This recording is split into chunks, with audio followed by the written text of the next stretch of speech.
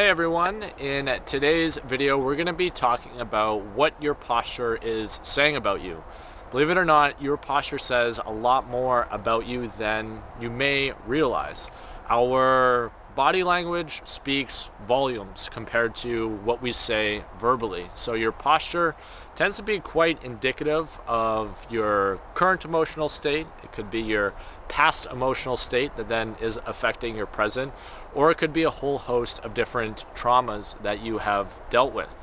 And what kind of ends up happening is our body kind of becomes the container for all these emotions, for all this trauma, and our body kind of goes into a certain form based on what we have experienced.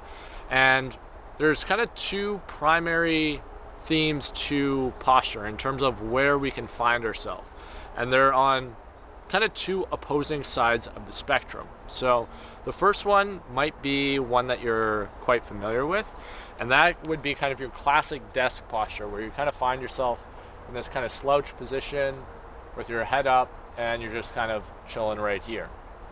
On the opposite side of the spectrum, you have individuals who might be here, where they're kind of very, very open, everything is kind of broad, and they're ready to take on the world.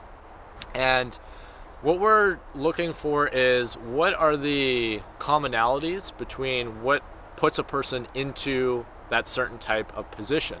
And I'm not here to diagnose, I'm simply going to share my experience from what I've had with myself, as well as coaching other people in terms of correcting their posture.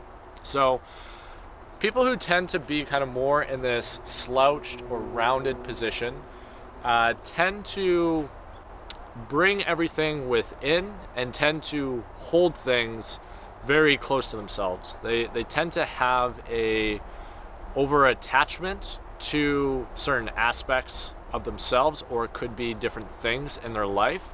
And they're people who tend to grip onto things quite tightly and don't like letting go of things, and they may tend to struggle to adapt to change a little bit more easily. And that's just really this kind of closed off, I don't want the world to affect me too much position. On the other side, we have this very open, this very broad position, and these people tend to be more of a go-getter, more running to things, but also running away from things. And there's not necessarily, one isn't better or worse than the other, they're just different. And I think it's important to recognize that these two types of individuals, these imaginary individuals, it's not always going to be the case where if I'm here, I'm automatically going to be assertive, I'm in a fearful state, and I'm always running away from my problems. And if I'm here, then I'm just hanging on to my problems and I don't want anyone to come in.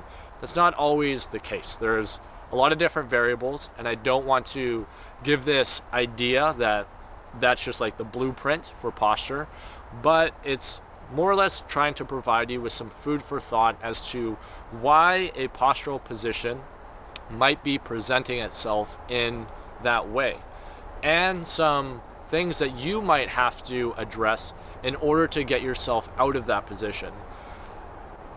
When we have things like a posture brace that is just going to crank on my shoulders and it's going to take me back this way, if I'm already in this position, that's not going to improve my posture in any way. And if I'm in kind of this rounded or kyphotic position, that is going to, it's just going to create a whole host of issues. There needs to be a lot of parameters need to be addressed when you go to look at a person's posture, because you're really looking at that person's being for who they are.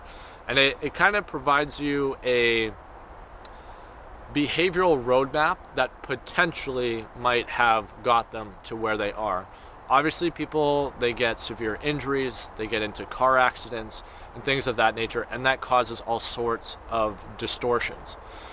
But again, these are just some food for thought as to what you might potentially have to deal with to get yourself out of that position. So if I'm an individual that tends to hold myself here, what might I be hanging on to? What might I not be letting go of? That's just a question that you can posit to yourself. If I'm a person where I'm just constantly here and I'm just going after one thing or another, then what is it that I'm running away from? Is there a reason why I can't stay focused on this one thing that I'm trying to work on? And again, these are just questions that you can ask yourself. There's a whole bunch of different mechanical reasons as to why these can be going on in terms of different muscular imbalances and fascial imbalances as well. But with that being said, there needs to be a integration or a harmony of kind of these two systems together. So it's just some food for thought when it comes to what your posture is saying about you. That's all for today's video. If you guys did find it helpful or useful in any way, then don't be afraid to like this video as well as subscribe to the channel for more content similar to this, really around the movement, mindset, and just creating self-mastery of yourself. And if you know of anyone who might benefit from information like this, I would really appreciate if you shared this content as well. It just helps to bring more like-minded people like yourself to the channel. Until next time, make sure you are prioritizing and then you are optimizing for you. I'll catch you in the next one. Peace.